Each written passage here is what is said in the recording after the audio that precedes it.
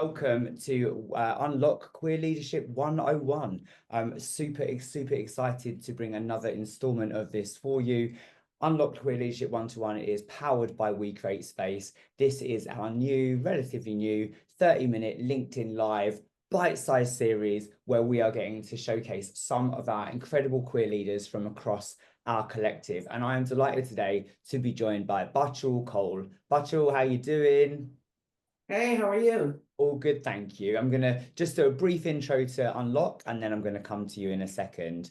For those who need a visual description, I am white. I have a couple of facial piercings, nose, lip, gingery beard, tousled blondie, well, whatever color you think it might be. Blonde, some people say ginger. I'm all good with either. And I'm wearing a We Create Space t-shirt. I'm branded today. Just to take you through how this is going to work. Bachul and I are going to have a quick round of questions, and then it's over to you to answer any questions that you have as well. But just before we start, I just wanted to take you through a little bit about what Unlock is. It is our new queer leadership network, as I said, powered by We Create Space. This is a community-led platform, and what it's designed to do is support queer leaders through their journey as that. We want to equip our queer leaders as part of our collective and our community with the tools, the tips, the guidance that they need to thrive. And we want to continue creating spaces, as We Create Space has always done, to learn, connect, and grow, enabling people to tap into their authentic, innate potential. Our network is made up of all different people, from future leaders, those, thinking, am I a queer leader? Because that's something that there's a bit of discomfort around owning that. And I'm sure, Bachul, you and I are going to lean into that a little bit in a moment. LGBTQ plus professionals, entrepreneurs, and leadership experts. We want to bring everyone together to share best practice and, again, tools, tips, and guidance. What does this look like? It looks like workshops, it looks like retreats, networking, resources, you name it, it's all there. We've got the Unlock podcast, give it a listen, we promote it everywhere, but we would love you to get involved. That's it for the slides. Like to keep it quite slide light on that front. Bachul, how are you? How are you doing right now in these crazy times that we're facing? Well, I mean, it's a heavy question, and I feel like I've been explaining it to people these days in the little circle that happens when your laptop is processing. Like, I feel like that's been kind of going back and forth in my brain, just because of the magnitude of the moment right now, where our community is going to have to really come together, as every aspect of our community is under attack right now. And as a trans person living in the US, I've been trying to focus on what privilege and influence that I have, and maybe even just visibility, so that, if there's younger folks out there who have never been through this moment before, maybe some of us from the older generations can be there for them to guide them through. Yeah, absolutely. And I think that what we are seeing is, and a lot of people have been talking in this about recently, is these setbacks, they are massive, they are monumental, and they are really freaking hard to deal with right now. But they are not setbacks that we've not experienced before. I'm not sure we've experienced the gravitas of this specifically, but change is not a linear process. Sometimes it's about stepping back and then in order to progress. And we are seeing a lot of pushback right now, which is a comfort, reassuring during quite dark times. Yeah. And I think that's one thing I would say is, I've had a lot of folks reach out and sort of ask me what are you thinking? What are you planning? What's your plan B? How are you going to leave the US? What are you going to do? And then I talked to other members of the trans community, and I got to tell you, and maybe it's because we're all in our mid to late 40s or 50s, but there's a group of us that are kind of like, bring it. Like, we've been preparing our whole lives for this fight, and we're going to stand up for the younger folks who don't, who need us, and be the elder generation that we needed but didn't have access to when we were younger.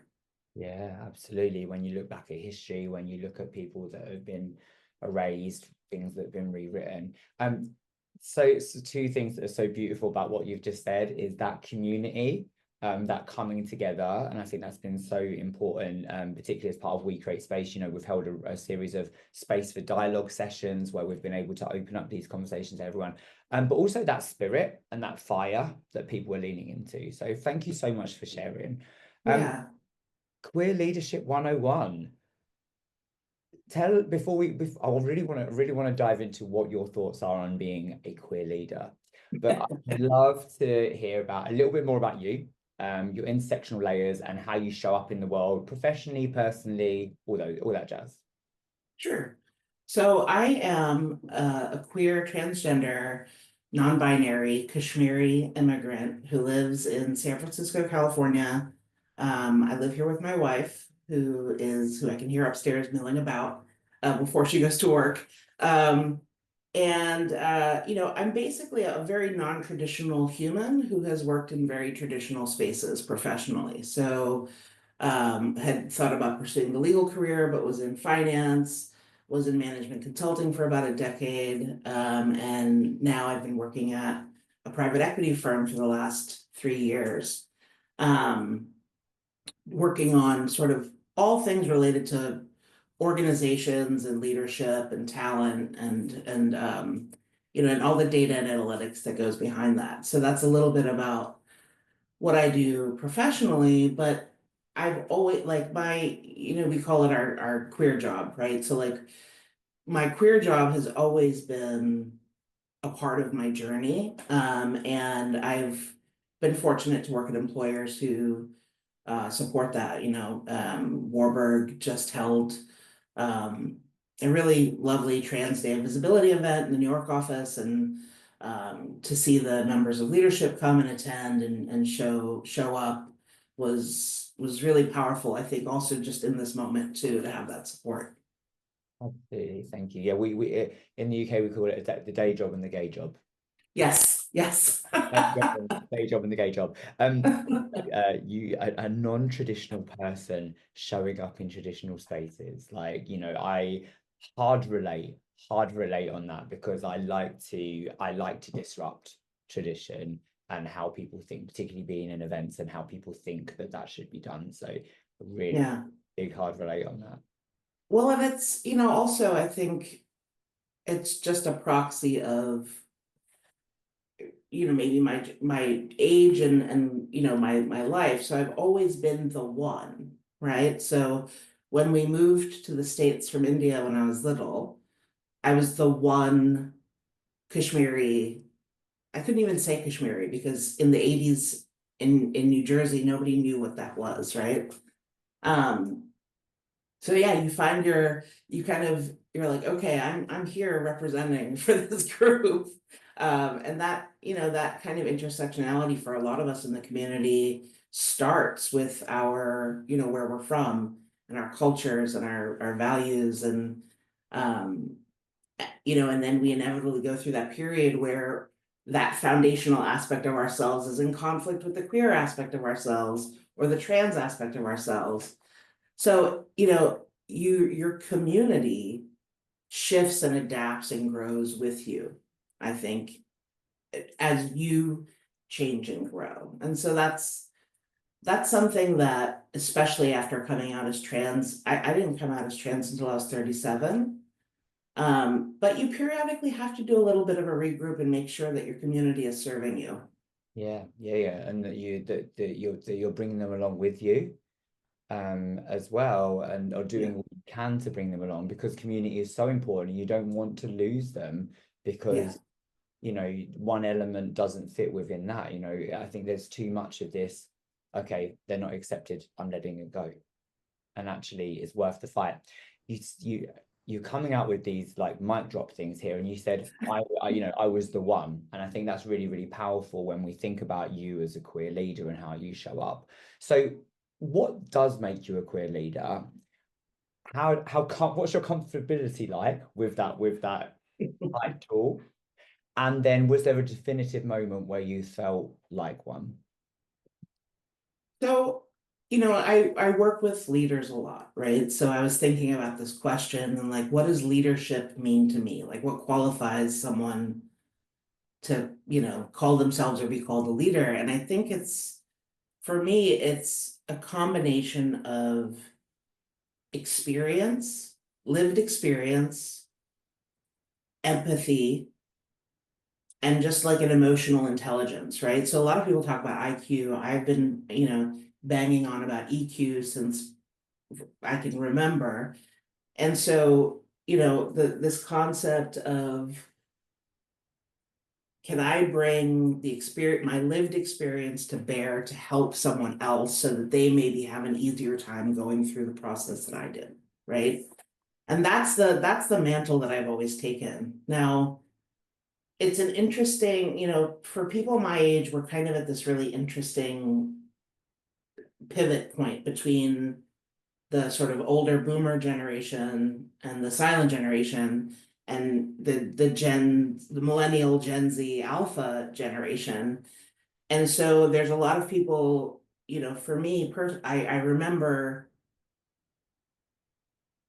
just having to stay quiet a lot more and learn and listen and adapt and survive.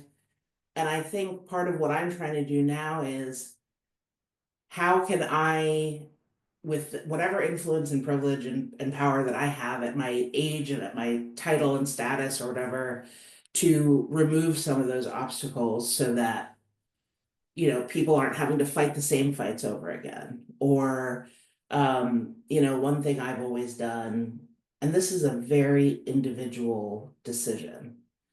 One thing I've always done is I felt that meeting people one-on-one, giving them a sort of a judgment-free space to ask questions, to, talk to me maybe about their kids who are, gender fluid or, different things, but just giving people that space and access to me, because I feel like I am in a place where I can, be vulnerable and I have the psychological safety and the personal safety to do that, has made way more impact.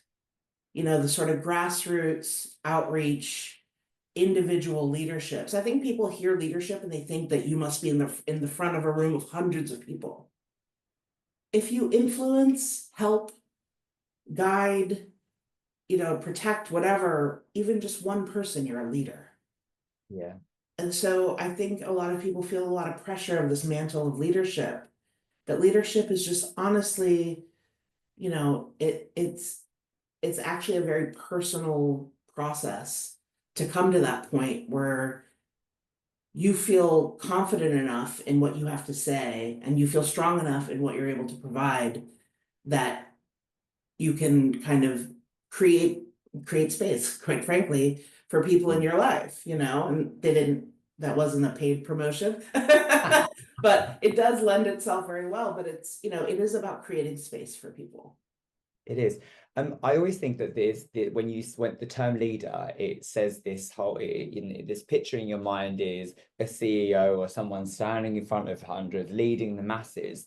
And actually, when we strip it back to simple, simplicity, you've got that term leading by example, right? That's been bandied around for so many decades. But it's simply about leaning into that. If you want to strip back leadership, it's leading by example. Mm-hmm. And I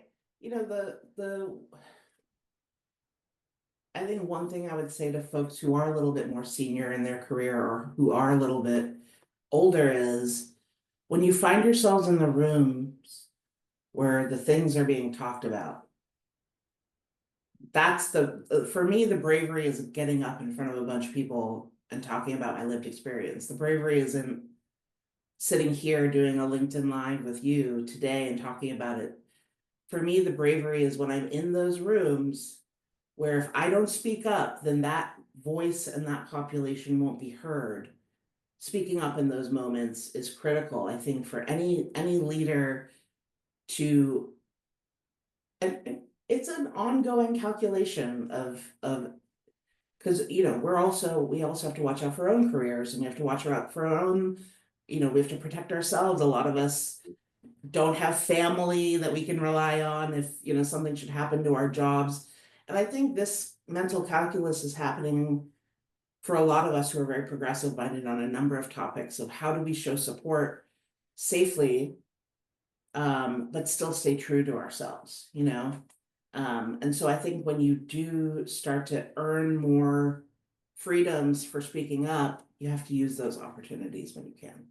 Yeah. It's about being that, sometimes just, can I be that 10% braver? I've got a friend, Jasmine Palfar, and she's got a book about being 10% braver. And and it builds up. It builds up. Yeah. I would love to ask you, in 3 words, how would you describe your leadership style? Um, I was it was funny because I was thinking about this and I was like, what would my teams have said my leadership style would have been? But no, I think the way I lead is empathetic. It's personalized. And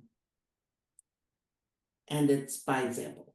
So I think, I never want to be the person who gives advice that I wouldn't take myself or wouldn't do myself, or, I think there's a lot of people out there who try to provide coaching, but they kind of get stuck in a playbook of what do I need to be walking this person through? Whereas true leadership is meeting the person where they're at, right? And helping them get to where they need to be. It's not your agenda, it's you're there to help this person realize or achieve what they're trying to do. Absolutely. Would you say that style has shifted over time? Oh, yeah. I think, because of what life is like when you're a young queer person and a trans person, there's a little bit of a survival element, right? And especially in the 80s and 90s, like it was, and you had asked me, what was the moment that maybe I realized that I was a queer leader, right? Um, and I think it goes back to 1997 or 98, and found out that same-sex couples couldn't attend the school dance. And so this friend of mine and I decided I was going to wear the suit and he was going to wear the dress. And that was like our little rebellion. And I was like, I was such a goody two shoes that this was like real rebellion. But like, I remember that was the first time I had that, like, okay, you're doing this, like you're stepping out there. But it felt really good, it felt really good to feel like I'm strong enough to do this, and maybe by doing this, I'll have helped someone else, Yeah, you know? I love that. That's a great anecdote from a young Bachul through Yeah. say, that inner strength to do that and go against the grain, even if it was uncomfortable for you. And speaking of uncomfort, is there a challenge that you're currently facing in relation to your own development, and how are you navigating that? Yes, this happens to everybody. It's really interesting. You get to a certain point in your career and they just assume, oh, you're fine.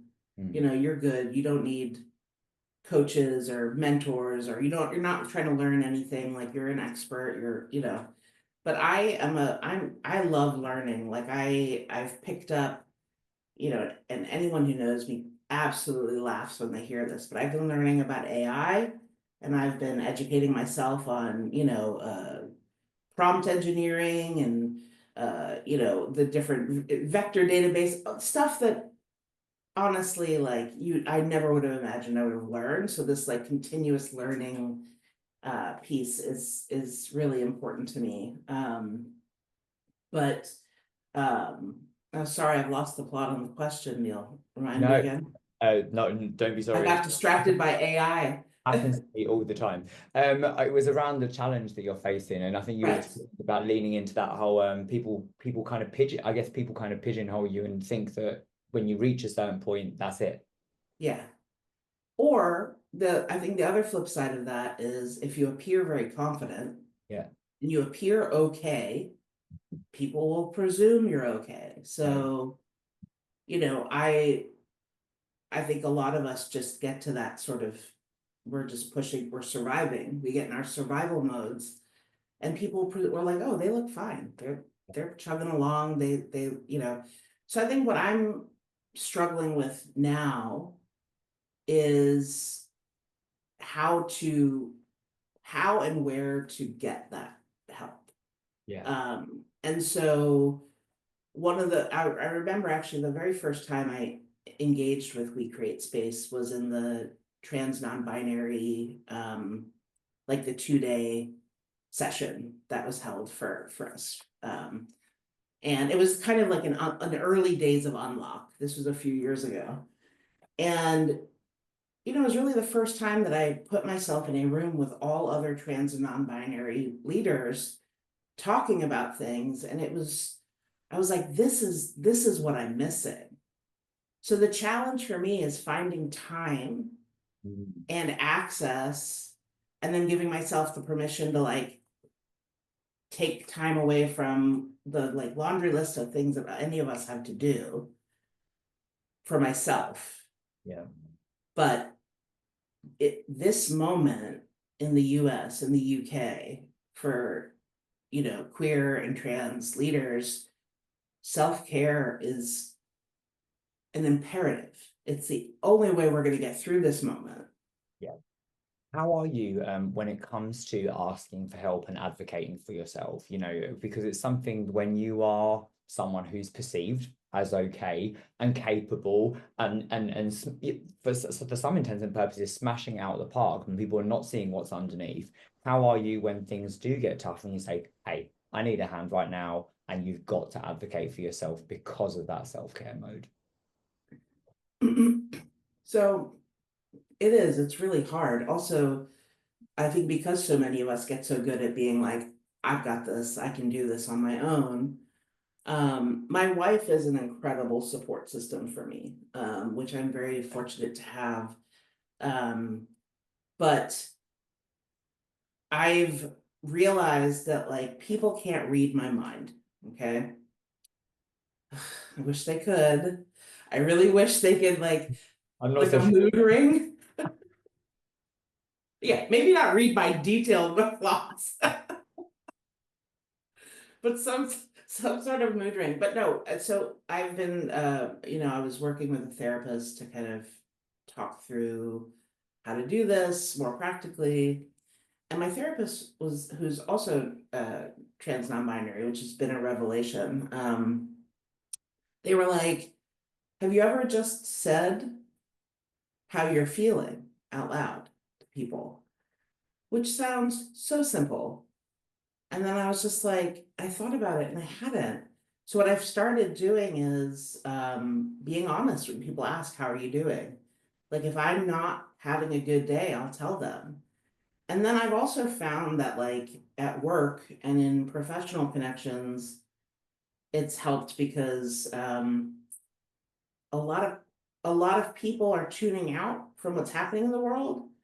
And so they don't really know all the things that are happening to our community. So it kind of opens a dialogue for me to educate them too. So it gets me some help and some space from this colleague or friend, and it educates them on what our community is facing.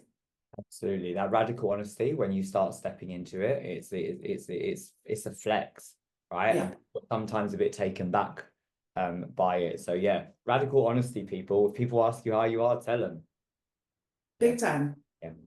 big Um, time. what are you most proud of or passionate when it comes to your work?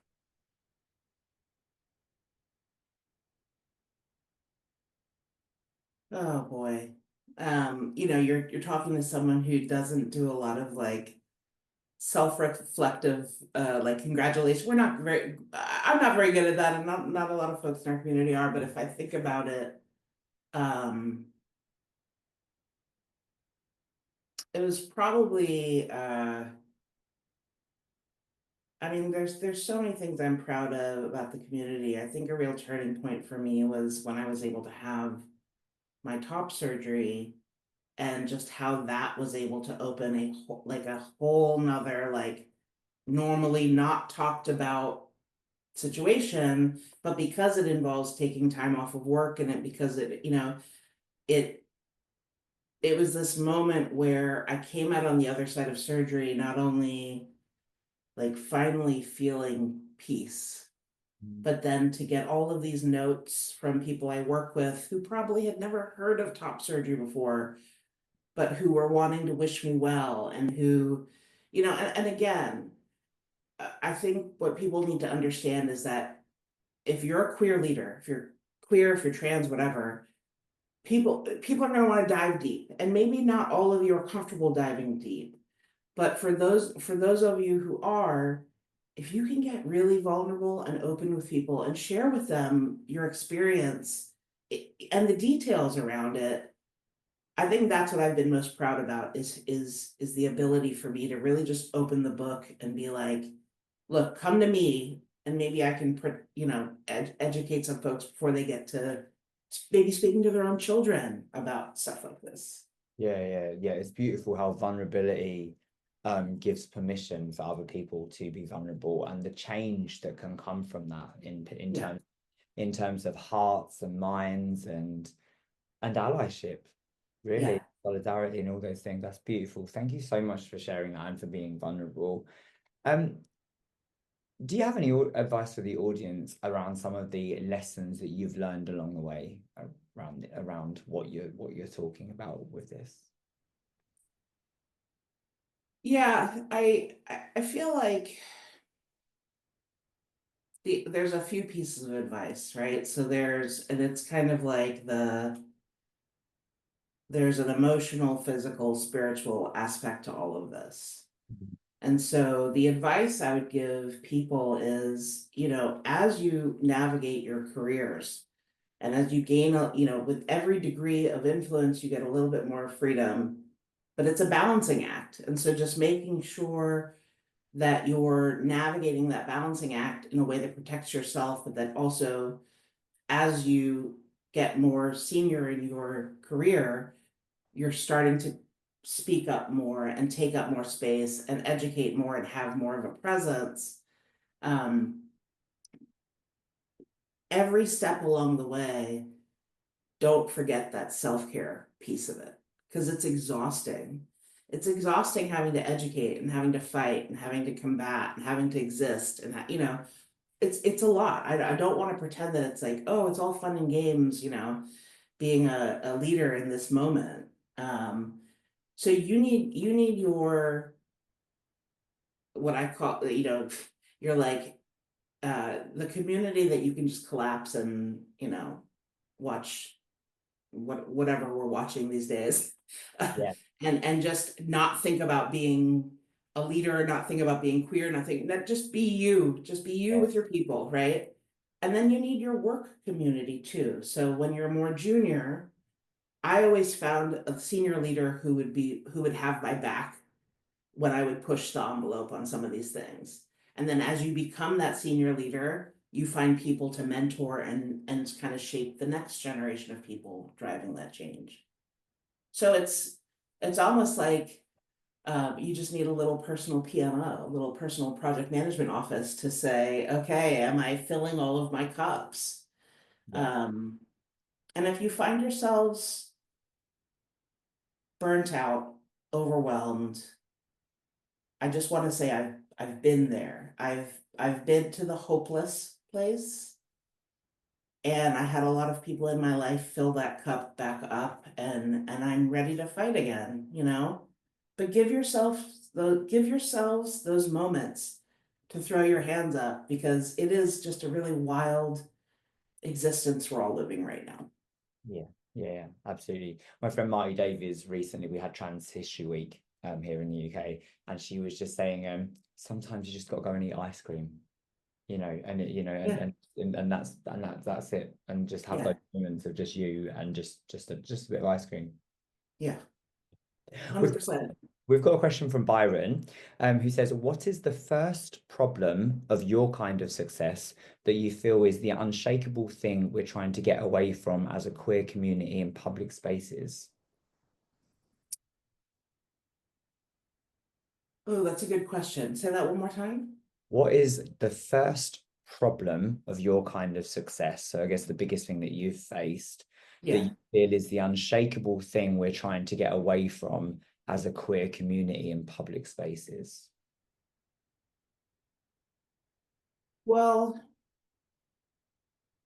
so I think one of the things that I want to be very honest about, especially having come up in the, 90s, 2000s, is I have compromised. I have compromised a lot along the way.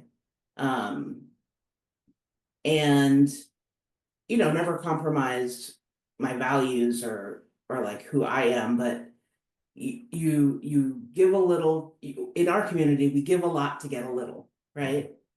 And in the 90s and 2000s, it was definitely very much that way. And trans folks weren't even really in the conversation yet. And so I hope I'm answering the question correctly, but I think the most difficult thing is understanding that there is that balance and not to like, I think so many of us feel like, no, we have to be on volume 11 at all time. And if we don't do this, then we've lost, and all of this, I think we are harder on ourselves than anybody Oh, as yes. queer leaders, Yeah. right? Like everything we do, everything we say, like I'm sure I'll spend the rest of my day thinking, did I say the right thing? Did I give good advice? Did I answer the questions? Which maybe I'm not, Got it. but that I think is is the key of that piece for me, is like giving yourself grace for Yeah. navigating the situation you're in the safest way possible for you. Yeah. And again, you've talked about self-care and self-kindness falling into that really, and any self-flagellation and guilt that might come because you think you could have done better, let it go because it's not helping Yeah. anyone, it's not serving anyone. No, Yeah. beautifully answered. Byron, thank you for your question. I have a quick fire question to finish, and we've asked you to provide three practical takeaways for our audience based on our pillars of inclusion, well-being, and leadership. Now, these are considerations when it comes to the workplace, but can be more broad. So I know you've prepared three quick takeaways for us. So what would those be? Yeah. So when I was thinking about the inclusion piece, I think the concept of safe spaces is so important. Um, you know, and not just for us, for the people who don't believe in us also. So I think meeting people, okay, there's degrees of this, but creating a space where no one has to feel fear of judgment or punishment, and you can have open dialogue, and I think it actually just takes the pressure. It like there's a little bit of pressure at the top, but then once people start talking and it gets real Mm, fast, it can be really powerful. yeah, because that psychological safety needs to go all ways, right? Even when you don't agree with people, even when people are Yes. being heinous, like psychological safety still needs to be a thing for everyone. Yeah. Yeah. And I think too, for the safe space, I like, I've said this to people at work, I've said this to our leadership team too, like, I want to create a safe space for people to come ask me questions that they may be afraid will get them in trouble or whatever, this silliness around that.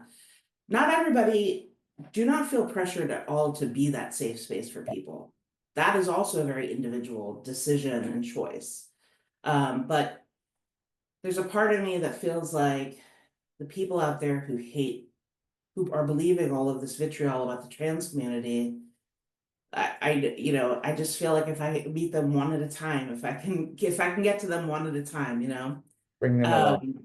um, Um, yeah.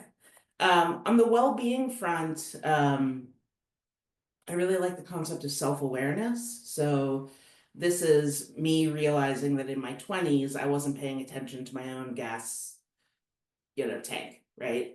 I was burning out left and right. So, you know, realizing what you need and investing in yourself, whether it's therapy or coaching or whatever is just really helpful. And then I'll end on the one that's the most important to me within leadership, which is authenticity. I don't think I would have been able to have had the impact that I've had if people didn't believe that they were truly in a safe space, that they could authentically believe that I was there to listen and talk, and or for young people that if they came to me for advice, it just felt like I was giving them, selling them the, sunshine and puppies version of what it's like to be a queer leader in corporate America.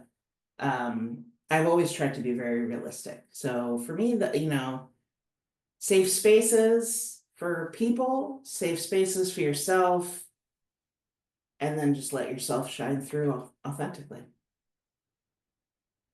What a note to finish on. Thank you, because those all flowed so beautifully together as well and say so much about you and how you show up in the world. Thank you for being authentic, for being real, and being so vulnerable as well. I've really enjoyed this conversation. I'm glad we finally did this. Thank you, Neil. It was lovely to see you. You too, you too. Thank you so much to our audience who have joined us. Our next Queer Leadership 101 is on the 9th of June. And we've got lots of other events, including a Space for Dialogue coming up on the 27th of May, which is focusing on putting trans allyship and solidarity into action. Community safe space for allies. We want allies to show up right now. It's needed. So please be there. We would love to see you. Bachul, thank you so much. I'll see you soon. Take care. Bye.